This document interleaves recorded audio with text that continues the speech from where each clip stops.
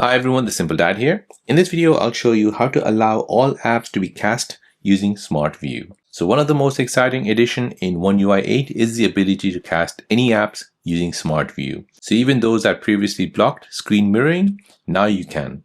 So that means you can now enjoy your favorite streaming apps, games, and even social media directly on your Smart TV without any limit. So let me show you how to enable this. So here you need to go ahead and bring down the quick panel menu, tap on Smart View. Now you want to go ahead and tap on the three dots at the top right and then tap on settings. Now next, you want to go ahead and tap on labs.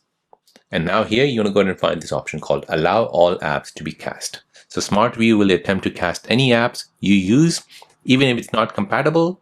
Some apps may not appear correctly on your TV. So you can go ahead and turn this feature on. So here you can go ahead and cast a game which you're playing on your Samsung Galaxy device and cast it on your TV, so you can basically have a good viewing experience. So here you have the freedom to cast anything, no app restriction anymore. This is great for gaming and streaming. You can enjoy content on your big screen. It's universal compatible. You can work across all major smart TVs.